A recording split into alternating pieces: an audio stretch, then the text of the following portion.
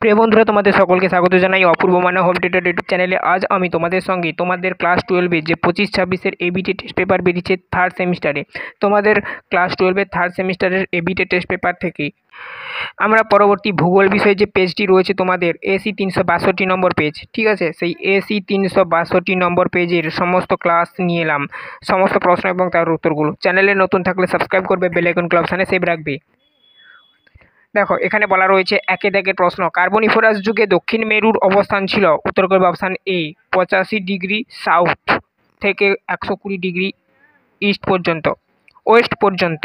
বিবৃতি দেখো এখানে দেওয়া রয়েছে, একে মহাদেশগুলি নিরক্ষরেখার দিকে সঞ্চারণের জন্য ওয়েগনারের বৈষম্যমূলক অভিকর্ষজ শক্তি দায়ী করেন।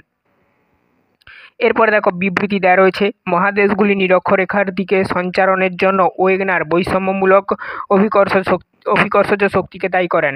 এখানে দেখো বিবৃতি 2-এ বলা রয়েছে, মহাদেশগুলি পশ্চিম দিকে সঞ্চারণের জন্য জোয়ারি শক্তিকে দায়ী করেন। বিবৃতি 3-এ বলা রয়েছে, ব্রাজিল অন্তরীপ এবং আফ্রিকার পূর্ব উপকূলের সঙ্গে জোড়া লাগার চিত্র। ঠিক আছে, পরবর্তী পেজে চলো, এসি 363 নম্বর পেজে। এখানে দেখো উত্তর হবে যেটা পাওয়া যায়, তারপরে দেখো নিচে অপশানগুলো দেওয়া রয়েছে। এখানে উত্তরটা যেটা হবে অপশান এ হবে উত্তর, রোমান 1, রোমান 2, রোমান 3 সবকটি সত্য। তারপর দেখো 3 দাগে, পুঞ্জিত ক্ষয়ের জন্য দায়ী প্রধান শক্তি হলো। উত্তর করবে যেটা অপশান ডি, অভিকর্ষজ বল। তারপর দেখো 4-এর দাগে বলা রয়েছে, দেখো হিমবাহের ক্ষয়কার্যের ফলে গঠিত ভূমিরূপ কোন দলটি সঠিক। উত্তর করবে যেটা অপশান ডি, কোরি এরিটি ঝুলন্ত উপত্যকা, এই দলটি। ঠিক আছে, এই দলটি সঠিক হবে, অপশান ডি করবে উত্তরটি। ঠিক আছে, এবং রসে মাতান তার সঙ্গে অবশ্যই হবে, তো সেদিক দিয়ে তোমরা অপশান ডি করবে উত্তরটি। 5-এর দাগে দেখো, ডিম ভর্তি ঝুড়ির ভূমিরূপ বলে ড্যাশ অধ্যুষিত অঞ্চলকে শূন্যস্থান পূরণ করতে বলেছে। ব্র্যাকেটের মধ্যে উল্লেখ দেওয়া রয়েছে, দেখতেই পাচ্ছ, শূন্যস্থান পূরণ করো বলে এখানে উল্লেখ দেওয়া রয়েছে। উত্তর করবে অপশান ডি, ডামলিন। 6-এর দাগে দেখো, বাম পক্ষের সঙ্গে ডান পক্ষের মিলন ঘটাতে বলেছে। তো দেখো এখানে ছকটা তোমরা পড়ে নেবে। এখানে অপশান সি করবে উত্তরটি, অর্থাৎ একের রোমান 4, বি এর রোমান 3, সি এর রোমান 1, ডি এর রোমান 2 হবে উত্তরটি। অপশান সি করবে উত্তরটি, 6 দাগের প্রশ্ন উত্তর। 7 দাগে দেখো, কাস্ট অঞ্চলে ভূপৃষ্ঠের ক্রমাগত দ্রব্যাভবন এবং অভ্যন্তরে সৃষ্ট গুহার প্রভাবে ধ্বংসের কারণে ভূপৃষ্ঠের গোলাকৃতি বা বাটির ন্যায় অবনিমিত্ত এবং গহ্বর বা গর্তের ন্যায় যে ভূমিরূপের সৃষ্টি হয় তাকে বলে। উত্তর করবে যেটা ডোলাইন, অপশান বি করবে উত্তরটি। 8-এর দাগে দেখো, কোনটি ঘনীয় ভবনের রূপভেদ নয়, স্লিট, অপশান ডি করবে উত্তরটি। 9-এর দাগে, ওয়াই চিহ্ন স্থানটি কি বলা হয়। ওয়াই চিহ্ন স্থানটি বলেছে যেহেতু, ঠিক আছে, এখানে বলা রয়েছে বি ও সি বলা হয়। এখানে ওয়াই চিহ্ন স্থানটা এখানে একটা দেয়া রয়েছে, এই যে ডায়াগ্রামটার মধ্যে এখানে হচ্ছে ওয়াই চিহ্ন স্থানটা, এই স্থানটা, এটা হচ্ছে বি হবে একটা, আর একটা হবে সি, ঠিক আছে, এটাই হবে। তারপরে দেখো, মহাদেশের সন্নিকট থেকে গভীর সমুদ্রের তলদেশ পর্যন্ত ভূমিরূপগুলিকে ক্রমান্বয়ে সাজাও। আচ্ছা, সাজালে কিন্তু হবে প্রথমে মহীসোপান, তারপরে মহীঢাল, সাবমেরিন ক্যানিয়ন, সামুদ্রিক শৈলশিরা, সমুদ্রখাত। তারপরে দেখো, তাহলে ওটার অপশান এ করবে উত্তরটি। 11 দাগে দেখো, একই গভীরতায় ভারত মহাসাগর অপেক্ষা লোহিত মহাসাগরের জলের উষ্ণতা বেশি হওয়ার প্রধান কারণ কোনটি। উত্তর করবে মগ্ন শৈলশিরার অবস্থান, অপশান ডি। 12 দাগের প্রশ্ন, সমুদ্র জলের গড় লবণতা 35 ডিগ্রি 2200, অর্থাৎ এর অর্থ কী বলেছে এখানে। উত্তর করবে প্রতি 1000 গ্রাম সমুদ্র জলের লবণতার পরিমাণ 35 গ্রাম। 13 দাগের প্রশ্ন, 12টা কিন্তু অপশান সি করবে। তারপর দেখো 13 দাগের প্রশ্ন, নিচের কোন প্রকার সিন্ধুকর্দ সামুদ্রিক উদ্ভিদ থেকে নির্গত হয়। ডায়াটম সিন্ধুকর্দ, অপশান বি করবে উত্তরটি, 13 দাগের প্রশ্ন উত্তরটি। তারপরে দেখো নেক্সট 14 দাগে, বিবৃতি 1, জীবমণ্ডল হলো বাস্তুতন্ত্রের বৃহত্তম একক। বিবৃতি 2, জীবমণ্ডল হলো অসংখ্য ব্যায়ামের সমন্বয়। বিবৃতি 3, জীবমণ্ডলের গড় বিস্তার 30 কিমি। বিবৃতি 4, জীবমণ্ডল হলো আবদ্ধ প্রণালী। এখানে উত্তরটা তোমরা করবে অপশান এ 1, 2 ঠিক, 3, 4 ভুল। 15টা দেখো, পচনশীল জৈব বস্তু থেকে কর্করভুক্ত থেকে ছোট মাছ, তারপরে বড় মাছ, এই খাদ্য শৃঙ্খলের উদাহরণটি কোন প্রকার খাদ্য শৃঙ্খলের উদাহরণ। তো উত্তরটা যেটা করবে তোমরা, জৈব আবেদভোজী বা ডেট্রিটাস যেই খাদ্য শৃঙ্খল, সেই ডেট্রিটাস খাদ্য শৃঙ্খলের উদাহরণ এটা। পার্ট বিতে আসছি, মানবীয় ভূগোল থেকে দেওয়া রয়েছে। 16 দাগে কোনটি জনসংখ্যা পরিবর্তনের নির্ধারক নয়? ভূপ্রকৃতি। অপশান ডি করবে উত্তরটি। 17 দাগের প্রশ্ন, আমেরিকা যুক্তরাষ্ট্রের ডেট্রয়েট একটি মোটর গাড়ি নির্মাণ শিল্পভিত্তিক শহর। 18 দাগে 17-র পর, ভারতের সবুজ বিপ্লবের ফলে কোন ধরনের পরিব্রাজন সৃষ্টি হয়েছিল গ্রাম থেকে শহর। এই পরিব্রাজন তার যে ক্রমান্বয় এটা দেখা যায়। 19 দাগের প্রশ্ন, জনসংখ্যা অনুসারে মহাদেশগুলির বেশি থেকে কম অনুসারে সাজাও। তোমাদের উত্তরটা হবে সি, সাজালে হবে এশিয়া থেকে, আফ্রিকা থেকে, ইউরোপ থেকে, উত্তর আমেরিকা। এভাবেই ডায়াগ্রামটা তৈরি হবে। 20 দাগের প্রশ্ন, নির্দেশনা। নিচে এই প্রশ্ন দুটি বিবৃতি দেওয়া হয়েছে যা একটি দাবি হিসেবে, পরবর্তী পেজে আসো, এসি 365 নম্বর পেজে আছে। এ এবং অপরটি কারণ আর হিসেবে আছে। দুটি বিবৃতির পরিপ্রেক্ষিতে কোন বিকল্পটি সঠিক? দাবি এ যেটা বলা রয়েছে, দেখো, হিমালয়ের পাদদেশে তরাই অঞ্চলে বসতি ঘনসন্নিবেশ দ্বারা গোষ্ঠীবদ্ধ বসতি গড়ে উঠেছে। কারণ আর হিসাবে দেখানো হয়েছে উত্তর গোলার্ধে দক্ষিণমুখী ঢাল, অধিক সূর্যকিরণ এবং বৃষ্টিপাতের পরিমাণ মতন হওয়ার কারণে দক্ষিণ ঢালের বসতি সহজে গড়ে উঠবে। উত্তর হবে অপশান সি, এ ও আর দুটোই সঠিক এবং আর হলো এর সঠিক ব্যাখ্যা নয়।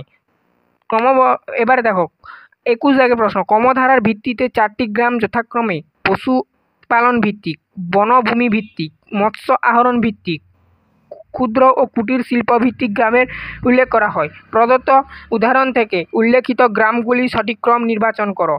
এখানে উত্তরটা যেটা হবে হচ্ছে সঠিক ক্রম এ হবে উত্তর, অর্থাৎ এইটা হবে তোমাদের উত্তর এর দাগেরটা। প্রথমে তোমরা রোমান 4কে রাখবে, তারপরে রোমান 3কে রাখবে, তারপরে রোমান 2কে রাখবে, তারপরে রোমান 1কে রাখবে, অর্থাৎ পিছনের থেকে সামনের দিকে তোমরা যাবে। তারপরে দেখো 22-এর দাগে, স্বল্পোন্নত ও উন্নতশীল দেশগুলি ক্রমবর্ধমান জনসংখ্যার কারণে পিরামিড আকৃতি, দেখো এখানে হবে সমবাহু ত্রিভুজের মতন। অপশান বি করবে উত্তরটি 22 দাগের প্রশ্নের উত্তর।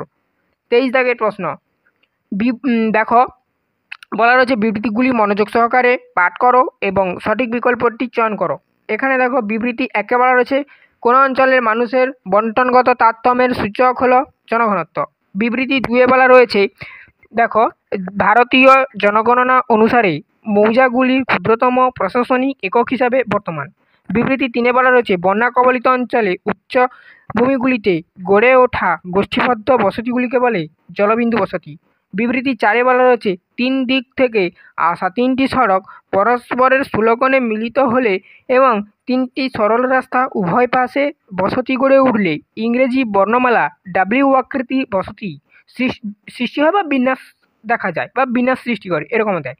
তো এখানে দেখো বিকল্প সমূহগুলোর মধ্যে থেকে তোমরা উত্তর করবে অপশান বি, অর্থাৎ রোমান 1-এরটা সত্য, রোমান 2-এরটা সত্য, রোমান 3-এরটা মিথ্যা, রোমান 4-এরটা মিথ্যা। তারপর দেখো নিম্নলিখিত অনুচ্ছেদটি পড়ে 24 ও 25 নম্বর দাগের প্রশ্নের উত্তর দাও বলেছে। তোমরা অনুচ্ছেদটা পড়ে নেবে, ঠিক আছে? আমি আর পড়ে শোনাচ্ছি না, ভিডিওটা এমনিতে অনেকটা বড় হয়ে যাচ্ছে, আমি সরাসরি প্রশ্নোত্তরে চলে যাচ্ছি। 24 দাগের প্রশ্ন বলা রয়েছে যে শহরে জনসংখ্যা 10 লক্ষের অধিক তা যে নামে পরিচিত তা হলো, মহানগর করবে উত্তরটি অপশান সি, মেট্রোপলিটন। যে নগরের শ্রেণীবিভাগটা আশা করি সবার মনে রয়েছে, তো ওই শ্রেণীবিভাগ থেকে এই প্রশ্নটা দিয়েছে আর কি। তারপর দেখো 25 দাগে ভারতের মেগা সিটির সংখ্যা কয়টি? 3টি, ঠিক আছে? মেগা সিটি 3টি দেখা যায়। তারপরে দেখো পার্ট সি, এবারে দেখো ভারতের ভূগোল থেকে প্রশ্নগুলো দিয়েছে। 26 দাগের প্রশ্ন, 2011 সালে জনঘনত্ব অনুযায়ী ভারতের রাজ্যগুলির বেশি থেকে কম অনুযায়ী সাজাও, মানে বেশি থেকে কম। উত্তর হবে যেটা অপশান ডি করবে বিহার, সবথেকে জনসংখ্যা বেশি এখানে। তারপরে হবে পশ্চিমবঙ্গ, বিহারের নিরিখে একটু কম। তারপরে হবে কেরালা, মানে পশ্চিমবঙ্গের নিরিখে আবার একটু কম। আর তারপরে সবশেষে উত্তরপ্রদেশ, এভাবেই করবে। তারপরে দেখো নেক্সট বলা রয়েছে 2027 সালে অপারেশন ফ্লাড কিসের সঙ্গে যুক্ত? শ্বেত বিপ্লবের সঙ্গে যুক্ত। অপশান এ করবে উত্তরটি। অটো এর সদর দপ্তর কোথায় অবস্থিত? অটো বলতে WTOর কথা বলা হয়েছে। 28 দাগের প্রশ্ন, উত্তর করবে অপশান সি, মানে এটা হচ্ছে জেনিভাতে অবস্থিত, ঠিক আছে? অপশান সি করবে উত্তরটি, WTOর সদর দপ্তর অবস্থিত। 29 দাগের প্রশ্ন দেখো, ভারতের হীরক চতুর্ভুজ নির্মাণমূলক উদ্দেশ্য হলো আচ্ছা, অপশান এ করবে সারা ভারতকে রেলপথের মাধ্যমে যুক্ত করা। এর জন্যই কিন্তু হীরক চতুর্ভুজ গঠন করা হয়েছে বা নির্মাণ করা হয়েছে। 30 দাগের প্রশ্ন, দেখো এখানে কি বলা রয়েছে, সারা বছর ধরে বিভিন্ন ফসলের রোপণ, বৃদ্ধি এবং ফসল কাটার পর্যায়গুলির একটি গ্রাফিক্যাল বা সরণি উপস্থাপন করো। সহজভাবে বলতে গেলে এটা ফসল ক্যালেন্ডারের উত্তরটি, অপশান এ সি করবে উত্তরটি, অপশান সি হবে। 31 দাগের প্রশ্ন দেখো, গুজরাটের লাম্বা, তামিলনাড়ুর কামুথি, উত্তরপ্রদেশের নারোরা, পশ্চিমবঙ্গের দুর্গা দুয়ানি এই কেন্দ্রের চারটি কোন কোন ধরনের বিদ্যুৎ কেন্দ্র তা সাজিয়ে লেখো। মানে যে চারটা বিদ্যুৎ কেন্দ্র রয়েছে আর কি, কোন ধরনের বিদ্যুৎ কেন্দ্র? বায়ু বিদ্যুৎ কেন্দ্র, বায়ুকল রয়েছে, সৌর বিদ্যুৎ কেন্দ্র, তারপরে হচ্ছে পারমাণবিক বিদ্যুৎ কেন্দ্র, তারপরে হচ্ছে জোয়ার ভাটা শক্তি উৎপাদন কেন্দ্র। পরপর করে স্থানগুলো সাজালে পরপর করে তার পরিপ্রেক্ষিতে এখানে সাজানো রয়েছে। অপশান এ হবে উত্তরটি, ঠিক আছে। তারপরে দেখো পরবর্তী পেজে চলো, এরপরে আমরা 32 দাগের প্রশ্ন দেখব। মধ্যপ্রাচ্য থেকে ভারতে তেল আমদানি করে এবং আকরিক লৌহ জাপানে রপ্তানি করে। এখানে দেখা যাচ্ছে ভারতের সঙ্গে মধ্যপ্রাচ্যের এবং জাপানের একটি বাণিজ্যিক সম্পর্ক আছে, ঠিক আছে। এটি কোন প্রকার বাণিজ্যকে নির্দেশ করে? উত্তর করবে আন্তর্জাতিক বাণিজ্য, ঠিক আছে, ইন্টারন্যাশনাল ট্রেড যেটা, ঠিক আছে। 33 দাগে দেখো বিবৃতি দেওয়া রয়েছে। বিবৃতি এ, গঙ্গেয় উপত্যকা অঞ্চলে পাট চাষ ভালো হয়, কারণ আর হিসাবে দেখানো হয়েছে, দেখো গঙ্গেয় উপত্যকা অঞ্চলে পর্যাপ্ত বৃষ্টিপাতের জন্য পাট চাষ ভালো হয়। বিকল্প সমূহগুলোর মধ্য থেকে তোমরা অপশান ডি করবে উত্তরটি, এ ও আর সঠিক এবং আর হলো এ এর সঠিক ব্যাখ্যা। 34 দাগে প্রশ্ন দেখো, মধ্য ও পূর্ব ভারতের একটি লৌহ আকরিক কেন্দ্রের নাম লেখো। উত্তর করবে নোয়ামুন্ডি, অপশান এ। 35 দাগে প্রশ্ন তথা শেষ প্রশ্ন এই চ্যাপ্টারের, দেখো কুন্দ্রেমুখ লৌহ আকরিক খনি কোন রাজ্যে অবস্থিত? কর্ণাটকে অবস্থিত, অপশান সি করবে উত্তরটি। চ্যানেলে নতুন থাকলে সাবস্ক্রাইব করবে, বেল আইকন অপশানে সেভ রাখবে। এই ছিল ভূগোলের তোমাদের এই সেটের সমস্ত প্রশ্ন এবং তার উত্তর। আর একটি সেট রয়েছে, হলেই আমাদের সমস্ত ভূগোলের সেটগুলো কমপ্লিট হয়ে যাবে। আজ এই অবধি, সবাই ভালো থেকো, দেখা হবে নেক্সট ভিডিওতে।